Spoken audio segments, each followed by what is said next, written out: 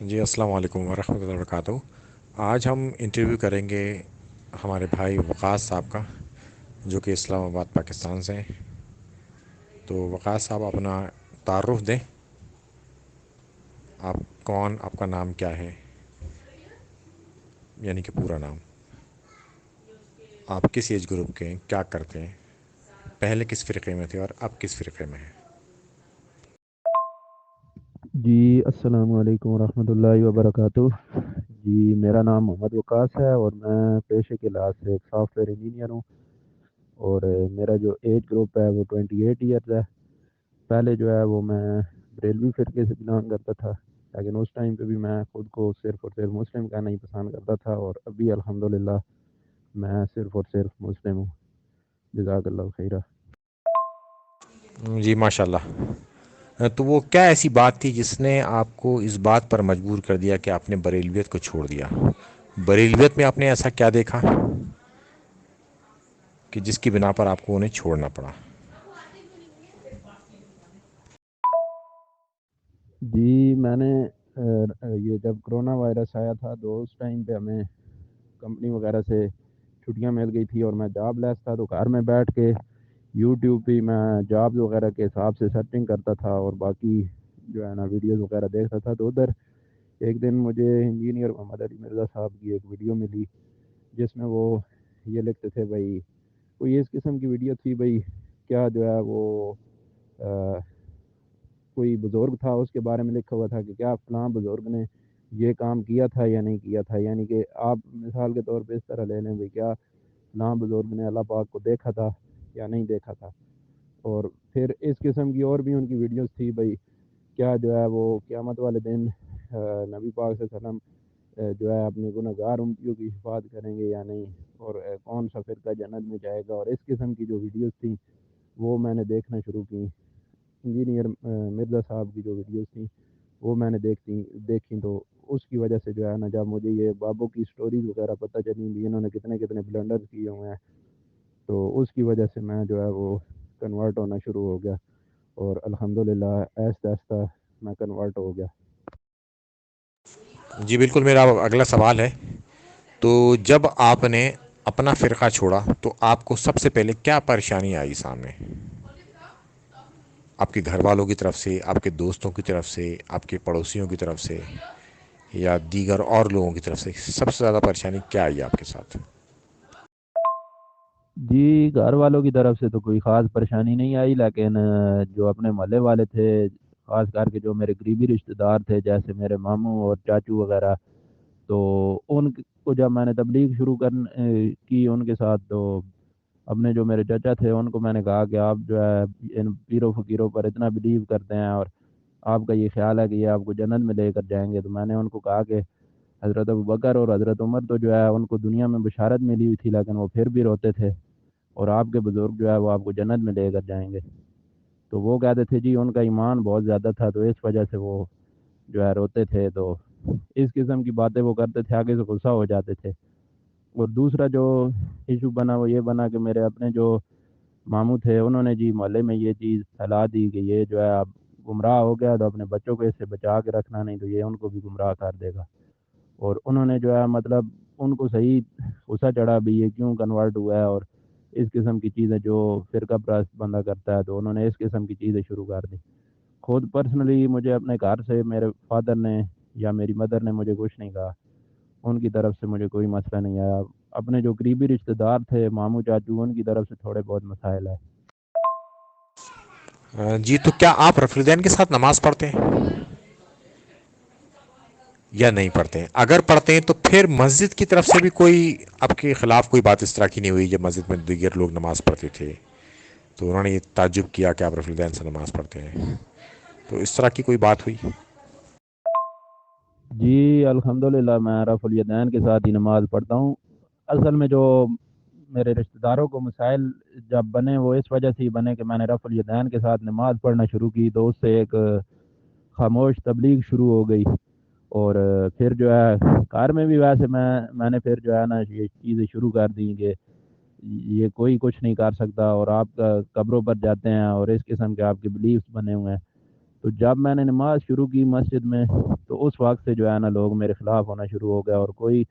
یہ جو ہم بیٹھتے ہیں اتحیات میں بیٹھتے ہیں تو جو شہادت والی انگلی ہے اس کو حرکت دیتے ہیں، تو کوئی کہتا تھا یہ مکھیاں مار رہا ہے، کوئی کہتا تھا یہ اہل تشیع ہو گیا ہے، اس طرح نماز پڑھ رہا ہے۔ تو اس قسم کی باتیں بہت سارے لوگوں نے کی، ایون کہ جو امام مسجد تھا ہماری مسجد کا، تو اس نے کہا جی کہ یہ سار کا مسح نہیں، گردن کا مسح نہیں کرتا، ٹھیک ہے، اور یہ بازو جو ہے یہ 3 دفعہ نہیں دھوتا، اس قسم کی چیزیں۔ مطلب وہ تو ایک مستحب عمل ہے کہ آپ 3 دفعہ دھوئیں تو وہ افضل ہے، ویسے ایک دفعہ بھی دھونے سے کام ہو جاتا ہے۔ تو وہ اس قسم کی باتیں جو ہے نا شروع کر دی انہوں نے، اور میرے گھر والوں کو بھی انہوں نے گلے دیے، اور باقی اس قسم کی بہت ساری چیزیں انہوں نے کی۔ ہاں، اصل میں تمام چیزوں میں رفع الدین ایک ڈنکے کی چوٹ پر ایک اعلان ہے۔ جب آپ رفع الدین کرنا شروع کر دیں تب وہ اعلان ہو جاتا ہے، اور اب جو مخالف ہیں وہ سامنے نکل کے سامنے آتے ہیں۔ تو پھر آپ اسی مسجد میں لگاتار نماز پڑھتے رہے جس مسجد میں پہلے بھی پڑھتے تھے۔ ان کی ان باتوں سے آپ کے اوپر کوئی اثر پڑا یا نہیں پڑا، یا آپ نے وہاں پر کسی اور کو دعوت و تبلیغ کا کام کیا؟ اگر کیا تو ان لوگوں پر کیا امپیکٹ تھا؟ جی میں نے تو اس ٹائم پہ جو ہے یہی دل میں رکھا کہ یہ میرے ساتھ جو مرضی ہے کر لے، ٹھیک ہے، میں نے جو ہے وہ اپنے نبی پاک صلی اللہ علیہ وسلم کی سنت کو نہیں چھوڑنا، یہ جو مرضی ہے میرے ساتھ کر لے، میں نماز اسی طرح پڑھوں گا۔ ایون کہ میرے گھر والوں نے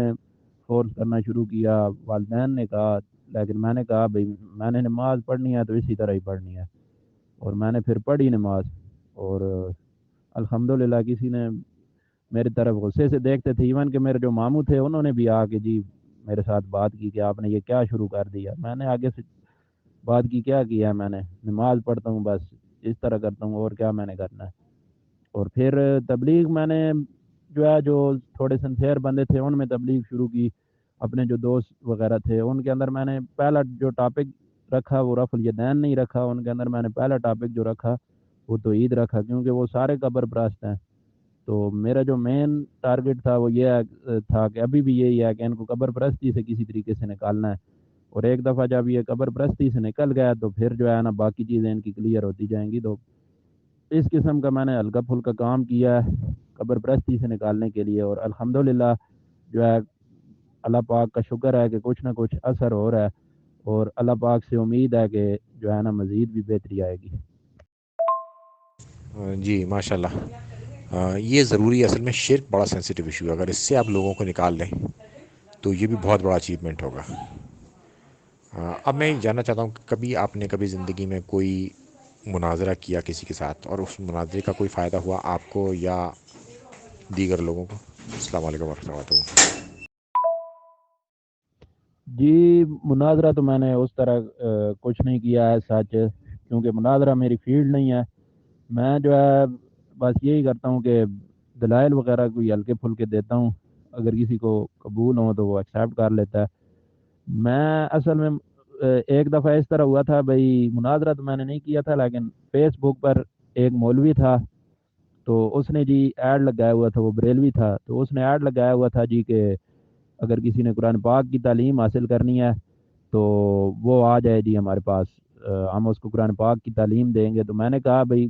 تعلیم لینی ہے میں نے، لیکن میں نے آپ سے جو ہے ایک سوال پوچھنا ہے۔ تو اس نے کہا جی پوچھیں۔ میں نے کہا ختم نبوت کا آسان مطلب بتائیں مجھے کیا ہے۔ تو اس نے کہا جی کہ جب کوئی فرشتہ اللہ پاک کی طرف سے پیغام لے کر آئے اور کسی نبی کو جو ہے نا وہ چیز بتائے، ٹھیک ہے، تو اسے وحی کہتے ہیں، ٹھیک ہے، اور اس وحی کا سلسلہ اب ختم ہو چکا ہے تو اس کو ختم نبوت کہتے ہیں، ٹھیک ہے۔ تو میں نے کہا بھائی اس قسم کی چیز تو آپ کے ایک بزرگ ہیں ان سے بھی منسوب ہے، شیخ عبد القادر جیلانی رحمۃ اللہ علیہ سے۔ تو اس نے جی میرے پچھلے جتنے بھی کمنٹس تھے وہ سارے ڈیلیٹ کر دیے، اور کہا جی وہ اتنے بڑے ولی اللہ ہیں تو آپ ان کی شان میں گستاخی کر رہے ہیں، یہ ہے وہ ہے۔ تو انہوں نے سارے جتنے بھی میرے کمنٹس تھے وہ ڈیلیٹ کر دیے، اور مجھے رپلائی کرنا ہی انہوں نے چھوڑ دیا۔ اور دوسرا ایک دفعہ یہ ہوا کہ ادھر اسلام آباد میں جس مسجد میں نماز پڑھتا تھا تو ادھر ایک حافظ صاحب تھے، ان کو میں قرآن پاک کی جو ہے نا تھوڑی بہت سورہ یاسین یاد کر کے یا اس قسم کی تو میں ان کو سنایا کرتا تھا۔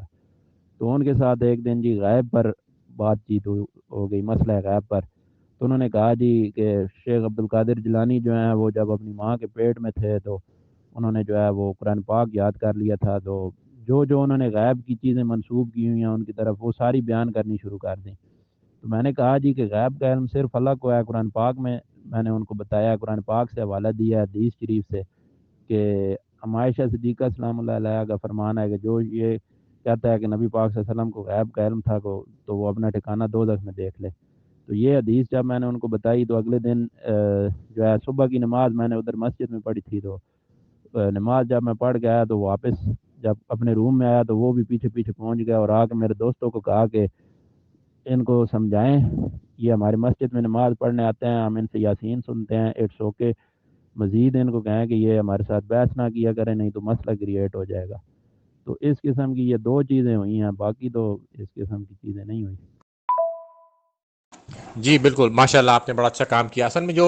مباحثہ ہوتا ہے نا، جب لوگ مباحثہ کرتے ہیں تو اس کا کوئی فائدہ ہوتا نہیں ہے مناظرے کا۔ مناظرہ ایک مجبوری میں ہی بس کرنا چاہیے، اس سے زیادہ نہیں۔ میں بھی کوشش کرتا ہوں کوئی مجبوری ہوگی تبھی کریں گے، ادروائز نہیں کریں گے، کیونکہ دعوت کا کام ہی اصل کام ہے۔ اور آپ نے یہ جو کام کیا نا، یہ اصل میں دعوت دینے کی کوشش کی۔ اب وہ بندہ نہیں مانا تو کوئی بات نہیں، اگر آپ یہ کوشش کریں کہ عوام الناس کو یہ دعوت زیادہ پہنچائیں، بجائے ان کے جو پیڈ مولوی ہیں وہ کبھی بات نہیں مانیں گے، کیونکہ ان کی تنخواہ پر، ان کی دیگر چیزوں پر حملہ ہوتا ہے۔ تو اگر کسی کے پیٹ پر حملہ ہوتا ہے تو وہ بات نہیں مانتا۔ تو کوشش یہی کریں اس میں کہ عوام الناس تک اپنی بات کو پہنچائیں۔ اب ہم بات کرتے ہیں ناسبیت کے حوالے سے۔ کیا ناسبیت کے حوالے سے آپ کچھ سمجھتے ہیں کہ کیا ہے ناسبیت؟ جی نسبیت یہ ہے کہ مولا حسین اور آل البیت علیہ السلام کی مظلومیت پر جو لوگ ڈاکے مارتے ہیں تو اس پروفیشن کو جو ہے وہ نسبیت کہتے ہیں، اور اس قسم کی چیزیں ہمارے گاؤں میں جو ہے انہوں نے پنجے گاڑے ہوئے ہیں، لیکن الحمدللہ میرا ایک اور دوست ہے وہ بھی الحمدللہ ابھی کنورٹ ہو چکے ہیں، ابھی کل ہی کنورٹ ہوئے ہیں۔ انجینئر محمد علی مرزا صاحب کی جو ہے نا دعوت و تبلیغ کی وجہ سے ان کو ویڈیوز وغیرہ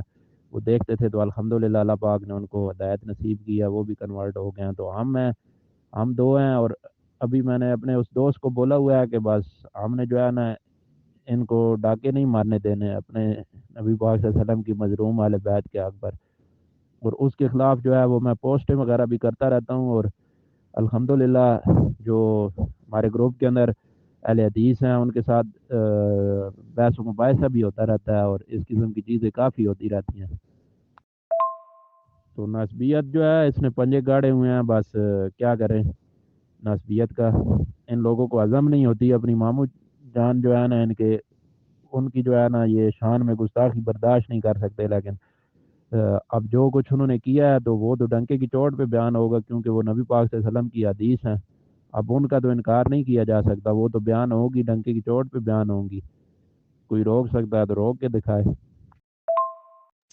جی ماشاء اللہ، یہ اصل میں کوشش لگاتار ہوتی رہنا چاہیے۔ میں نے ایک چیز آبزرو کی ہے کہ ناسبی ہونے کے لیے ضروری ہے کہ وہ منکرین حدیث بھی ہو۔ اچھا، یہ بیماری اہل حدیث کے اندر سب سے زیادہ ہے۔ اب تک تو اہل حدیث یہ سمجھتے تھے کہ حنفیوں کو انہوں نے رفع الدین کے معاملے میں بخاری مسلم کے اوپر ایک مشین کی طرح چڑھا رکھا تھا اور ان کا قیمہ نکال دیا تھا، کیونکہ رفع الدین کے حوالے سے حنفیین سے مقابلہ کر ہی نہیں سکتے، اس قدر دلائل یہ مضبوط ہے ان کے پاس بخاری مسلم سے۔ جب بخاری مسلم سے اگر ناسبیت کے رد میں آپ حدیثیں دکھانا شروع کر دیں گے تو اس بار پھر وہ اس کی تعویل کرنی شروع کر دیتے ہیں، اسی طریقے سے جس طریقے سے کرتے ہیں حنفی رفع الدین کی حدیثوں کی تعویل۔ ناسبیت جب سامنے آتی ہے تو پھر یہ حنفی ہی بن جاتے ہیں۔ تو ایک شخص میں دو کوالٹی کا ہونا بہت ضروری ہے، ایک وہ موحد ہو، شرک سے بچا ہوا، اور دوسرا وہ ناسبی نہ ہو۔ تو ماشاءاللہ آپ نے دونوں ہی ایریا پر کام کیا ہے، اور میں چاہوں گا کہ آپ اپنا جو ایکسپیرینس ہے اس گروپ میں شیئر کریں کہ دعوت و تبلیغ کا کام کس طریقے سے کرنا ہے، ایک دوسرا کیا ایک اسٹریٹجی ہونی چاہیے اس حوالے سے کہ ہلکے ہلکے ہم بات کو آگے کیسے پہنچائیں۔ جی دعوت و تبلیغ کا یہ ہے کہ آپ جو ہے نا جو کٹر قسم کے لوگ ہیں آپ ان پہ محنت نہ کریں، انہوں نے آپ کی بات نہیں سننی، جو آپ کی ینگ جنریشن ہے اس کو موٹیویٹ کریں، جو خاص کر کے ہائیلی ایجوکیٹڈ ہے اس کو آپ قائل کریں، تو وہ جو ہے سمجھدار بھی ہے، اس نے تعلیم بھی حاصل کی ہوئی ہے، تو وہ آپ کی باتوں کو سمجھے گی۔ یہی کام میں نے جو ہے وہ اپنا میرا کزن ہے جس کی میں ابھی پہلے بات کر رہا تھا، اس پہ میں نے یہی کام کیا ہے۔ اس کو میں نے جسٹ یہ بتایا بھی یار آپ قرآن و سنت کے ساتھ اٹیچ ہوں، تو وہ الحمدللہ اللہ پاک نے کرم کیا اس پر۔ قرآن و سنت کے ساتھ جب وہ اٹیچ ہوا تو پہلے اہل حدیث کو سنتا تھا، تو اہل البیت سے وہ بہت زیادہ محبت کرتا تھا اور دلی محبت کرتا تھا۔ تو اس کو میں نے انجینئر صاحب کا ایک کلپ بھیجا، کیونکہ انجینئر صاحب بھی جو ہیں وہ بھی بہت دلی محبت کرتے ہیں۔ تو جب اس نے دیکھا بھی یہ بندہ اتنی محبت کرتا ہے، پھر جو ہے جب ان کو ان کا نام پتہ چلا تو انہوں نے مزید سرچنگ شروع کر دی، اور جس طرح وہ نبی پاک صلی اللہ علیہ وسلم کی جو معجزات ہیں وہ بیان کرتے ہیں انجینئر صاحب، تو اس سے وہ بڑا اس پہ اثر پڑا، اور آہستہ آہستہ وہ الحمدللہ کنورٹ ہونا شروع ہو گیا۔ اور میں یہی کہوں گا کہ جو سلجھے ہوئے بندے ہیں، جو چاہتے ہیں کہ ہمیں ہدایت نصیب ہو، یا جو ہیں پڑھے لکھے ہیں، آپ ان پہ تھوڑی بہت جو ہے نا اپنی محنت کریں، انشاءاللہ وہ کنورٹ ہوں گے آپ کے پاس۔ اور آپ سٹارٹ اس چیز سے لیں بھائی، آپ ان کو یہ بتائیں بھائی ہم لوگوں نے کتنے غلط عقائد بنائے ہوئے ہیں کہ جو ہے نا ہمیں نماز کی نہ ٹینشن ہے، نہ اپنی آخرت کی ٹینشن ہے، کسی چیز کی ٹینشن نہیں ہے۔ فکر آخرت سے آپ سٹارٹ کریں، اور آہستہ آہستہ پھر تو عید پر اس چیز طریقے سے آپ آئیں گے بھائی، آپ جب کہیں گے بھائی یار اللہ پاک کا ہم نے ایک پہلو صرف دیکھا ہے کہ وہ رحیم ہے، ہم نے اس کا دوسرا پہلو نہیں دیکھا کہ وہ جو ہے نا بدلہ بھی لینے والا ہے، ٹھیک ہے؟ تو جب آپ اس قسم کی چیزیں ڈسکس کریں گے، پھر لوگوں کے دلوں میں تھوڑا بہت اثر پڑے گا، پھر وہ آپ کی بات سنیں گے۔ اگر آپ ڈریگ کی ان کے بابو پہ چڑھ جائیں گے تو پھر وہ آپ کی بات نہیں سنیں گے۔ آپ پہلے جو ہے وہ جو کامن ٹاپکس ہیں آپ ان پر ڈسکس کریں، اور جو آپ کی ینگ جنریشن ہے آپ اس کو موٹیویٹ کریں۔ بڑے بندے نے آپ کی بات نہیں سننی، اس نے الٹا جو ہے نا پکا ہونا ہے اپنے فرقے پہ۔ آپ جو یوتھ ہے اس پہ محنت کریں، اور انشاءاللہ وہ رزلٹ بھی آپ کو دے گی۔ آپ کے جو چھوٹے بچے ہیں، کوئی آپ کو آپ کا بھتیجا مل جائے یا بھانجا مل جائے، آپ اس کے ساتھ تھوڑی دیر بیٹھ جائیں، اس سے پوچھیں بھائی ہمارے نبی پاک صلی اللہ علیہ وسلم کا کیا نام ہے، اس قسم کی چیزیں جو بنیادی چھوٹی چھوٹی چیزیں ہیں وہ ان سے پوچھیں۔ اب میرا ایک چھوٹا کزن ہے، وہ کوئی دوسری تیسری میں پڑھتا ہوگا، تو وہ مجھے اس دن ملا تو میں نے اس سے کہا بھائی یار اس قسم کی چیزیں پتہ کی نبی پاک صلی اللہ علیہ وسلم کے حوالے سے، اور باقی تو ان کو بیسک چیزیں بھی نہیں پتہ تھی، حالانکہ وہ مسجد میں سپارہ پڑھتا ہے، تو وہ چیزیں میں نے اس کو بتائیں۔ اور پھر جو ہے اس کو میں نے یہ چیز اس کے ذہن میں ڈال دی بھئی اگر بندہ مر جائے تو وہ کوئی کام کر سکتا ہے، تو وہ آگے سے کہتا ہے بھئی نہیں، مرا ہوا بندہ کیسے کام کر سکتا ہے؟ پھر میں نے کہا بھئی پھر مرے ہوئے بندے سے ہمیں مدد لینی چاہیے، اس کو ہمیں کہنا چاہیے بھی مجھے پانی پلاؤ، تو وہ کہتا ہے بھی نہیں۔ تو اس قسم کی چیز اب اس کے میں نے لاشعور میں ڈال دیا ہے۔ اب جیسے وہ سمجھدار ہوگا تو اس کو یہ چیز کلک کرے گی بھی یار یہ چیز میں نے اس ٹائم پہ سنی تھی، تو اس کا مائنڈ آٹومیٹک جو ہے نا وہ چینج ہونا شروع ہو جائے گا۔ تو اس قسم کا کام میں کہتا ہوں کہ آپ کریں، جو سمجھدار لوگ ہیں ان پہ محنت کریں، اور جو آپ کی چھوٹی ینگ جنریشن ہے اس پہ محنت کریں۔ بالکل بڑی گہری نگاہ ہے آپ کی اس میں، اور آپ نے بڑی بے باکی سے اپنی بات کو رکھا کہ ایکچوئل میں کام کس کے اوپر کرنا ہے۔ ایک تو ینگ جنریشن، دوسرا اس کا پڑھا لکھا ہونا بہت ضروری ہے، تو وہ بات کو جلدی سمجھ پاتا ہے۔ اچھا، جب آپ نے بات چیت کری لوگوں کے ساتھ، دعوت دینے کی کوشش کرتے ہیں، تو سامنے سے بھی سوال آتے ہوں گے، تو کوئی ایسا سوال بھی آپ کے سامنے آیا رفع الدین کے حوالے سے، چاہے ناصبیت کے حوالے سے، یا کسی اور چیز کے بھی حوالے سے، آپ 2 یا 3 4 جتنے بھی آپ کے پاس سوال آئے ہوں جو آپ کو سب سے زیادہ مشکل لگے ہوں، اس کو جواب دینے میں آپ کو سب سے زیادہ پریشانی ہوئی ہو، اور پھر آپ نے بعد میں اس کا کیا حل ڈھونڈا، وہ ذرا ایکسپیرینس شیئر کریں۔ یہ بڑا امپورٹنٹ ہوتا ہے ہماری دعوت و تبلیغ کے کام میں۔ جی، رفع الیدین کے حوالے سے جب میں نے رفع الیدین شروع کیا تو اس کے اندر میرا اپنا جو بھائی ہے وہ جماعت اسلامی سے بلانگ کرتا ہے، تو وہ جی انہوں نے مولانا مودودی صاحب کی وہ پڑھی ہوئی ہے، تفہیم القرآن پڑھی ہوئی ہے، تو اس میں مولانا مودودی صاحب نے لکھا ہوا ہے کہ جو ہے نا آپ جو رفع الیدین کرتا ہے یا نہیں کرتا، تو آپ کا کام نہیں بنتا کہ آپ اس کو پوچھیں، بس وہ نماز پڑھ رہا ہے ڈیٹس اوکے۔ تو اس قسم کی چیزیں ہیں، تو اس کو میں قائل کر کے وہ میری بات نہیں مانتا، تو میں نے تو جو ہے یہی چیز جو ہے اس کا جواب میں نے یہی سوچا ہوا ہے کہ ایک جو تابع کا عمل ہے وہ کبھی بھی کسی خلیفہ راشد کے عمل سے افضل نہیں ہو سکتا، بے شک وہ تابع کا عمل موجود بھی ہو، لیکن جو پریورٹی دی جائے گی وہ ایک صحابی کے عمل کو دی جائے گی، اور صحابی بھی وہ جو خلیفہ راشد ہے. اور پھر اس پر یہ چیز اس کو اور مضبوط کر دیتی ہے کہ نبی پاک صلی اللہ علیہ وسلم نے فرمایا کہ تم پر میری اور میرے خلفۂ راشدین اور ہدایت یافتہ لوگوں کی سنت واجب ہے، اس پر عمل کرنا تم پر لازمی ہے. تو یہ چیز جو ہے رفع الیدین کو بہت زیادہ مضبوط بنا دیتی ہے. اور دوسری چیز یہ ہے کہ جو ادھر میں نے یہ چیز اس کو مضبوط کرنے کے لیے، کیونکہ میرے اپنے دل میں بھی یہ وسوسہ پایا جاتا تھا، تو اس کو خود میں نے جو مضبوط کیا وہ یہ ہے کہ مکہ مکرمہ یا مدینہ منورہ میں جہاں پر جو دارالاسلام ہے، جدھر اسلام جو ہے وہ سٹارٹ ہوا تھا، تو ادھر میں نے میرے ذہن میں یہ آئی بھی یار جس جگہ پر کوئی تحریک اٹھتی ہے وہاں پر اس کے اثرات ہوتے ہیں، تو ادھر دیکھیں بھی لوگ ادھر کیا کر رہے ہیں. جب مکہ مکرمہ اور مدینہ منورہ میں دیکھا تو ادھر تو لوگ رفع الیدین کرتے ہیں. تو اس چیز سے جو ہے وہ میرا ذہن اور پکا ہو گیا بھی یار دارالاسلام میں آپ دیکھیں وہاں پر جو ہے لوگ رفع الیدین کر رہے ہیں. پھر ایک چیز یہ مجھے مضبوط کرتی ہے اس عقیدے پر کہ تین جو فرقے ہیں، ٹھیک ہے، وہ اس پہ قائم ہیں، اہل تشیع، اہل حدیث اور دوسرے جو ہیں، یہ تینوں اس پر قائم ہیں. لیکن ایک فرقہ جو ہے صرف وہ نہیں کر رہا، تو اس کا مطلب یہ ہے کہ صرف وہ ڈنڈی مار رہا ہے، باقی تین جو ہیں وہ صحیح ہیں، کیونکہ اجماع ہے وہ ان کا، اجماع پر جو ہے وہ اللہ تعالیٰ کا ہاتھ ہوتا ہے. اور دوسرا جو ہے حضرت شیخ عبد القادر جیلانی رحمۃ اللہ علیہ کی کتاب میں جب میں نے دیکھا بھی وہ بھی یہی نماز کا طریقہ لکھتے ہیں. پھر میں نے کہا کہ یہ ڈنڈی تو یہ خود مار رہے ہیں، باقی تو جتنے بھی ہیں وہ تو اسی طرح نماز پڑھتے تھے جس طرح نبی پاک صلی اللہ علیہ وسلم پڑھتے تھے. تو اس چیز نے جو ہے وہ مجھے مضبوط کیا. اور دوسری ایک اور چیز ہے کہ یہ لوگ جو ہے وہ 73 فرقوں والی حدیث لے آتے ہیں جی، کہ یہ کہتے ہیں جی کہ فرقہ واریت لازمی کرنی ہے، فرقہ بنانا ہی بنانا ہے، نہیں تو آپ جو ہے نا وہ ان 73 جو 73واں فرقہ ہے آپ اس میں شامل نہیں ہو سکتے جو کہ جنتی ہے. تو اس کو مضبوط کرنے کے لیے قرآن پاک کی جو آیت ہے وَاعْتَصِمُوا بِحَبْلِ اللَّهِ جَمِيعًا، یہ اس کو مضبوط بناتی ہے. ابھی قرآن پاک کہہ رہا ہے ابھی آپ نے نہیں بنانا، اور یہ کہتے ہیں ابھی بنانا ہے. اور دوسرا وہ حدیث جو ہے وہ اس پہ مضبوط جو ہے نا دلالت کرتی ہے بھی نبی پاک صلی اللہ علیہ وسلم ہمیں منع کر رہے ہیں اور یہ لوگ کہتے ہیں جی کہ آپ نے بنانے ہیں. تو یہ چیز جو ہے نا قرآن پاک کی آیت جو ہے یہ اس پر مجھے اور زیادہ پختہ کر دیا بھی نہیں بنانا. جی، اس وائس نوٹ میں اپنے بھائی کے حوالے سے بات کری کہ وہ جماعت اسلامی کے ساتھ جڑے ہوئے ہیں، تو جماعت اسلامی میں تو اس طرح کی پرابلم نہیں ہے کوئی بھی، اور وہ تو کافی لٹریچر کو ریویو کرتے ہیں، اس کے باوجود وہ حق پر نہیں آ پا رہے. تو یہ کیا آپ ان سے تاثر لیتے ہیں؟ آپ نے بھائی سے بات کری کہ تم جب اتنا لٹریچر پڑھتے ہو اور تمہیں تمام چیزیں پتہ ہیں تو پھر تم رفع الیدین کیوں نہیں کر رہے؟ کبھی اس طرح سے آپ نے بات کی ان کے ساتھ؟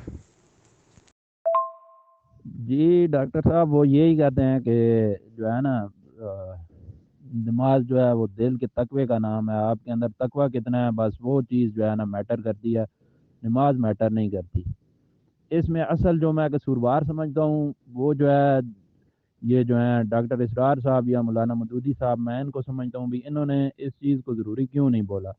انہوں نے کہا ہے جی ڈیٹس اوکے کہ وہ جس طرح مرضی ہے پڑھتے رہیں. انہوں نے ایک سنت کو جو ہے حالانکہ ان کو سارا پتہ تھا، ڈاکٹر اسرار صاحب خود کرتے بھی تھے، لیکن انہوں نے صرف اپنی تاریخ کو جو ہے نا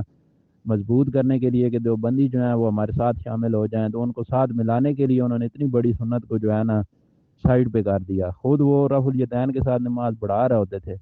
لیکن اس پر انہوں نے زور نہیں دیا. انہوں نے ایک ہی چیز رکھی بھائی جی اقامت دین، اقامت دین، اقامت دین. اقامت دین اس وقت تک نہیں ہو سکتی جب تک جو ہے آپ لوگوں کو قرآن و سنت کے ساتھ اٹیچ نہیں کرتے، اقامت دین نہیں ہو سکتی. تو میرا بھائی جو ہے وہ اس وجہ سے جو ہے نا وہ نہیں کر رہا جی کہ یہ دل کے تقوی کا نام ہے، ٹھیک ہے، اور وہ ڈاکٹر اسرار صاحب کا مقلد ہے، ٹھیک ہے. تو اس وجہ سے جو ہے نا وہ پھر اس سائڈ پہ نہیں آتے. اور وہ تو مولانا مودودی صاحب کو تو وہ بہت زیادہ سنتے ہیں، اور وہ لوگ جو ہیں وہ ڈرپوک ہیں، وہ بڑا سٹیپ نہیں لیتے. ان کو جو ہے ٹینشن پڑ جاتی ہے جی کہ لوگ کیا کہیں. لوگ جو مرضی ہے کہتے ہیں، آپ نے لوگوں کو منہ دکھانا ہے، اللہ پاک کو دکھانا ہے، صحیح ہے. اور جب تک میرا تو یہی جو ہے نا پوائنٹ آف ویو ہے کہ جب تک آپ قرآن و حدیث کے ساتھ اٹیچ نہیں ہوتے، قرآن اور صحیح سنت کے ساتھ آپ اٹیچ نہیں ہوتے، تب تک آپ اقامت دین کر ہی نہیں سکتے. نبی پاک صلی اللہ علیہ وسلم نے 23 سال جدوجہد کی ہے نا، اس کے بعد جا کر جو ہے نا وہ کامیابی ملی ہے، ٹھیک ہے. نبی پاک صلی اللہ علیہ وسلم نے بہت گرائے ہیں تو تب بھی جا کر جو ہے توحید کا علم بلند ہوا ہے. جب آپ کے پورے ملک میں جو ہے وہ قبر پرستی ہو رہی ہے، ٹھیک ہے، باقی ساری چیزیں ہو رہی ہیں، قبروں پر نذرانے چڑھائے جا رہے ہیں، تو آپ کون سے اقامت دین کی طرف جاتے ہیں؟ اور اس کی بیس پر جو ہے نا آپ اتنی بڑی سنت کو جو ہے وہ آپ سائڈ پہ لگا دیں، تو یہ تو اچھی بات نہیں ہے. جی بالکل، آپ نے صحیح اس بات کا جواب سوچا، کیونکہ ہمیں جو پیروی کرنے کا حکم دیا اللہ تعالیٰ نے قرآن کے اندر، اطاعت کرو اللہ کی اور اس کے رسول کی، یعنی کہ ان دو کی اطاعت کرنے کا ہمیں حکم دیا. اور تم میں جو اولو الامر ہو، تیسرا ہوا اولو الامر. اور جب تمہارا اولو الامر کے ساتھ تنازع ہو جائے، یعنی کہ اختلاف ہو جائے، تو پلٹو اللہ اور اس کے رسول کی طرف، یعنی قرآن اور سنت کی طرف پلٹنا ہے. پھر اولو الامر کی اطاعت جو ہے ڈیفینیٹ نہیں ہے، چاہے مولانا مودودی ہوں، چاہے ڈاکٹر اسرار ہوں، یا کوئی بھی ہو دنیا کا، وہ اولو الامر ہے، وہ اللہ اور رسول نہیں ہے. اس کے ساتھ آپ کا اختلاف ہو سکتا ہے، اور جب اس کے ساتھ اختلاف ہو جائے آپ کا، تو اللہ اور اس کے رسول کی طرف پلٹنا ہے، یعنی قرآن و سنت کی طرف پلٹنا ہے. ہمیں یہ بات بٹھانی ہے لوگوں کے دماغ میں قرآن سے. مولانا مودودی بھی قرآن پر ہی کام کرتے، ڈاکٹر اسرار صاحب نے بھی قرآن سے ہی کام کیا ہے. تو ان کے اسٹوڈنٹس جو ہیں، جو اس طرح کی بات کرتے ہیں، وہ قرآن پر فوکس کرتے ہیں. تو قرآن سے آپ یہ دلیل دیں کہ اطاعت تو اللہ اور اس کے رسول کی کرنی ہے ڈیفینیٹ والی. اولو الامر سے تو ہمارا اختلاف ہو سکتا ہے، جب ہمارا اختلاف ہو جائے گا تو ہم قرآن و سنت کی طرف پلٹیں گے، جس کی بات نکلے گی اس کی بات مانی جائے گی، اولو الامر کی بات ہم چھوڑ دیں گے اس وقت. یہ واضح طور پہ اللہ تعالیٰ نے قرآن میں ہمیں حکم دیا ہے. ہمیں اولو الامر کی سنت کو ادا نہیں کرنا، ہمیں قرآن، اللہ اور اس کے رسول کی سنت پر چلنا ہے. میری طرف سے اب یہ انٹرویو کمپلیٹ ہوتا ہے. اگر آپ کوئی بات بتانا چاہتے ہیں، جو سوال میں نے پوچھنا بھول گیا ہوں، یا آپ کے ذہن میں ہو کہ یہ بات اور بتانی چاہیے، تو وہ آپ بتائیں، اور اس کے بعد ہمارا انٹرویو پورا ہو جائے گا. آپ کا بہت بہت شکریہ ٹائم دینے کے لیے. السلام علیکم ورحمۃ اللہ وبرکاتہ. جی بس ڈاکٹر صاحب، اور تو کوئی بات نہیں ہے. میں یہی کہنا چاہتا ہوں کہ آپ ادھر جو ہے لوگوں سے یہ بھی پوچھا کریں بھی آپ یوٹیوب پر کیا کچھ کام کر رہے ہیں، اور اس حساب سے جو ہے نا آپ قرآن پاک کے حوالے سے، اس کی تعلیم کے حوالے سے، یا باقی اس قسم کی چیزوں، سنت کے حوالے سے آپ کیا کام کر رہے ہیں، تو اس قسم کی چیزیں آپ پتہ کیا کریں. جزاک اللہ خیرہ. اللہ حافظ. اور دوسرا میں یہ لوگوں کو کہنا چاہتا ہوں کہ جو ہے نا ینگ جنریشن پر محنت کریں، اپنے والدین پر محنت کریں، اور اس بندے پر محنت کریں کہ جو سلجھا ہوا ہے، سمجھدار ہے. جو کٹر ہیں ان پر آپ اپنا ٹائم ویسٹ کریں گے، وہ آپ کی بات نہیں سنیں گے، کیونکہ ان کی کمائیاں رکتی ہیں، ان کی جیبیں خالی ہوتی ہیں. تو اس سے بہتر یہی ہے کہ جو غریب ہے، جو آپ کی بات سننا چاہتا ہے، اس پہ اپنا سرمایہ بھی لگائیں، ٹھیک ہے، اپنی محنت بھی کریں، اس کے ساتھ پیار محبت بھی کریں، اور اس پر محنت کریں، تو انشاءاللہ آپ کو جو ہے نا اچھے نتائج ملیں گے. جزاک اللہ خیرہ.